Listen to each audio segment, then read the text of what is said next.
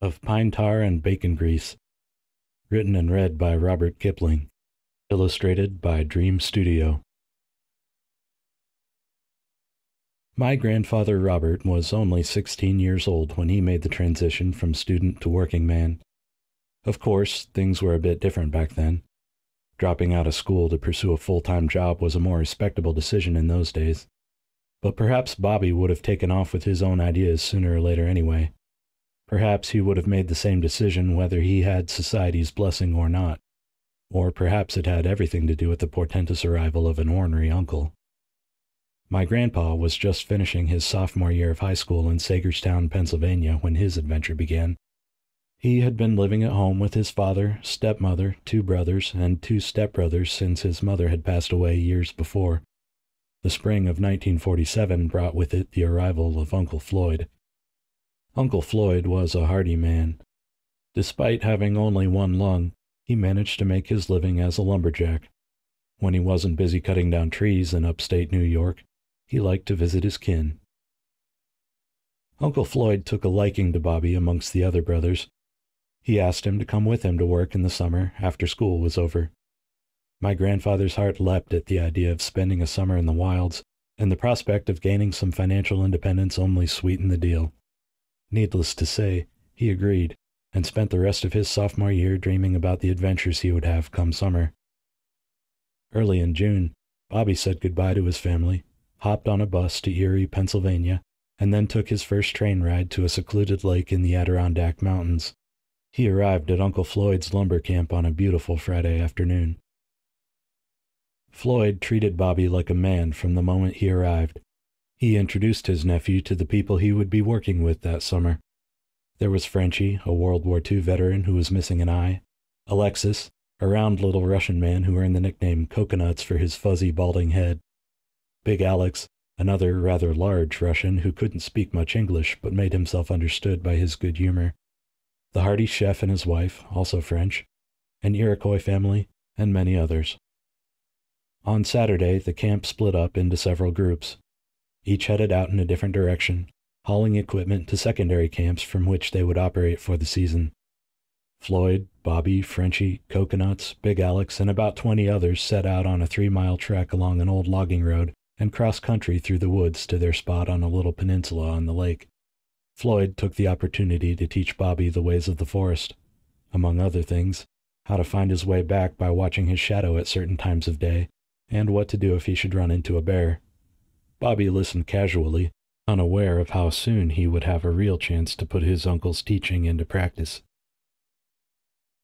Floyd's group arrived at their site around noon. They had a look around, then shared packed lunch and coffee brewed in tin cans over the fire. After stashing their first load of gear, they returned to base camp for the night. Sunday was spent in preparation for the long haul. All of the rest of the equipment was gathered, and the men said their goodbyes to each other. Most of them wouldn't see each other until the end of the season, as each group would stay at its own camp all summer. Monday morning came bright and early, and Floyd's crew set out with the rising sun. This time, Floyd explained to Bobby the importance of keeping his skin covered up at all times to protect from the swarms of biting black flies they would encounter. Even in the heat of summer, the lumberjacks all wore long johns, tall boots, riding breeches, and cotton shirts, all buttoned up as tight as possible. As an added measure, they even smeared a salve of pine tar and bacon grease on hands and faces. Between the sweat and the tar, Bobby quickly learned that lumberjacking was a rather smelly proposition. But in his mind, it was a small price to pay. The men of Floyd's crews started cutting as soon as they arrived on site. Bobby and his uncle stayed close to camp while Bobby learned the ropes. The other men paired up and set out in different directions to begin their work. By about 4:30 in the afternoon of that first day, Bobby had learned the basics of cutting fir trees. Everything was going quite smoothly until Frenchie came huffing and puffing back to Floyd's camp. "Aidez-moi! Quick! Coconuts! Coconuts!" They tried to get more out of him, but he would only repeat "Aidez-moi" over and over, waving urgently in the direction from which he had come. Floyd sent Bobby ahead with the exasperated Frenchman, while he huffed and puffed along behind as fast as his one lung would allow. When Bobby got to the place Frenchie had been working, he saw Coconuts curled on the ground beneath a half-cut tree. Frenchie gestured frantically at his unresponsive friend. Bobby approached the little Russian, kneeling down beside him. Even before he had opened the man's shirt and touched the cool skin, feeling for a heartbeat, he knew that Coconuts was dead. When Uncle Floyd arrived, he confirmed it, more out of ceremonial duty than any real doubt in Bobby's assessment. The three men stood looking at each other, shocked and uncertain what to do next. After a few moments of chin-scratching, Floyd asked Frenchie to make for the base camp. He told Bobby to go back to his own camp. They were to alert the camp directors and lead them back to the spot as soon as possible. Floyd would stay with the body. Both men set out in a hurry, but unlike the slightly more seasoned veteran, Bobby neglected to take his pack. He considered this just as he was leaving the camp, but haste won over caution, and he bolted into the woods without a backwards glance. He remembered the trail very well. He found the fragment of old logging road his crew had followed, and made his way along this. In his hurry, however, he missed the spot where he was supposed to turn off into the woods again. Realizing his error half a mile down the road, Bobby stopped to consider his options. He could backtrack and find the path he had taken on the previous treks, or he could try to make straight for the camp from where he stood. He glanced over his shoulder at the sun. According to Uncle Floyd, at 4:30 in the afternoon, his shadow would be at the 11 o'clock position if he was going to head for camp. Haste won in his decision again, and Bobby started off after his shadow. It wasn't long before Bobby realized his shadow was getting harder and harder to see as the sun set and he made his way deeper and deeper into the woods. What was more, without his pack, he had no light and no compass. He decided that things were definitely looking unfavorable when he stumbled into a swampy area covered in bear tracks. What was it Floyd had said about bears? If you are being chased, run downhill because their front legs are shorter. There were no hills nearby. Never get between a mother and its cubs. The tracks were awfully small and fresh. Bobby's heart started pounding. He looked left and right, in front and back, but saw nothing. Any direction he took could potentially be the wrong one.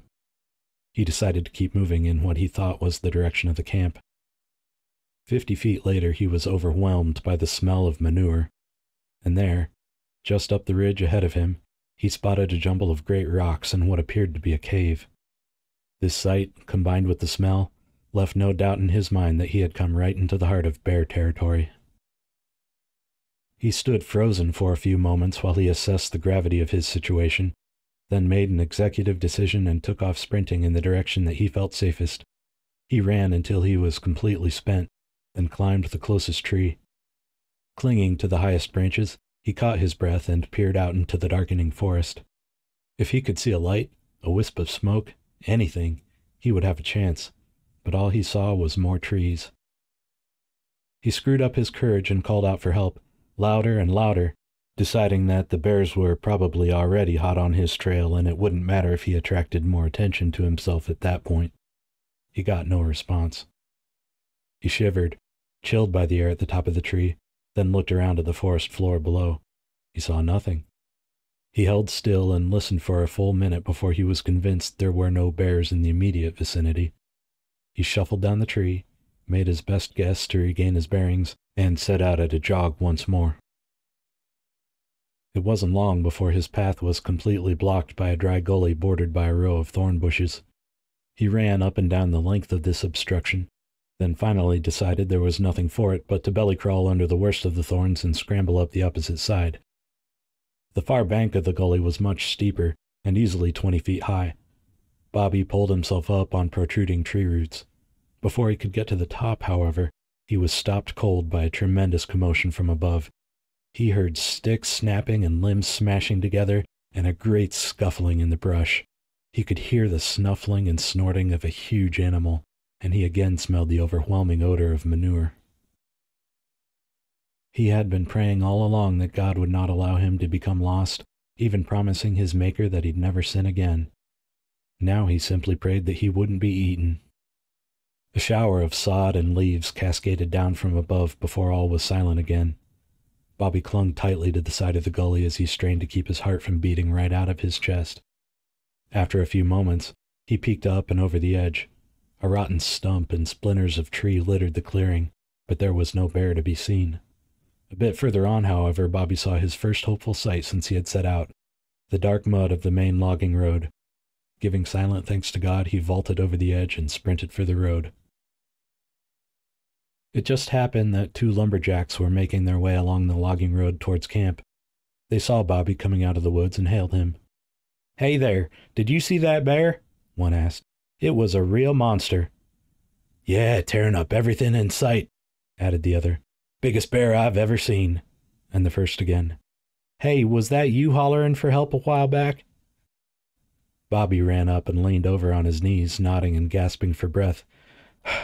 I just made it past Coconuts. He's dead." The two Jacks exchanged bewildered glances, undoubtedly imagining a bare-mauled Russian lying out in the woods. The three ran the rest of the way to camp as Bobby attempted to explain what exactly had taken place.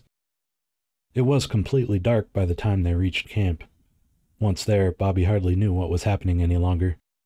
The two lumberjacks relayed his story to the rest of the camp, and soon the cooks were flying around packing makeshift meals while the camp director spewed orders. Bobby was handed a lantern, and before he knew it, he was back in the woods, leading a whole posse of heavily armed lumberjacks to Uncle Floyd and the body. When they made it to the spot, without any bear sightings, they found Floyd standing on the narrow beach, warming himself by a huge fire. The body lay on the sand a dozen feet away, eerily illuminated by two lanterns. The men gathered around, talking excitedly with Floyd and quietly speculating amongst each other. Floyd drew Bobby aside. "I knew I could count on you." He winked, and suddenly the terror of the whole situation melted away into the peacefulness of the wilderness. The men spent the night fishing, eating, and telling ghost stories, not quieting until gray morning light crept over the lake. Bobby sat reverently on a big root jutting out of the bank, watching the mist melt away. Not long after sunrise, a motorboat arrived with Frenchie and two men from the base camp. They exchanged a few words with Floyd, then loaded coconuts into the boat. The sight of the boat pulling away from the beach under the sentinel-like fir trees in the cool morning air filled Bobby with an appreciation he had not known to that point. He watched as one man's life was carried away, and thought how easily his own life could have been taken. Bobby spent the next 2 months working with his Uncle Floyd in the wilderness. He spent the weekdays cutting trees, and Sundays exploring the land with the Native American boys at the camp. Every night he would listen to Blue Lady on a battery-powered radio. He learned about skinny dipping, sunburns, and chewing tobacco that summer, and he never saw so much as another bear print during his whole stay with the lumberjacks, but he was careful to pay extra attention to everything his uncle taught him from that point on. He worked until the foreman back at the base camp found out that Bobby was only 16 years old. How he had passed as 21 for 2 months he never understood. Before he boarded the train home, he had $280 in his pocket and a teary farewell from Big Alex. "Good boy, Bobby. Good boy." When Bobby got home, he decided that there were better things to do than school. He left with his older brother Herman that fall, who had also been bitten by wanderlust. Together they traveled all over the country. They did a lot of odd jobs, but mostly logging. That is how Bobby spent the next 4 years of his life. I suppose that's how long it took to burn off the wanderlust. Or perhaps that's just when he met Marjorie.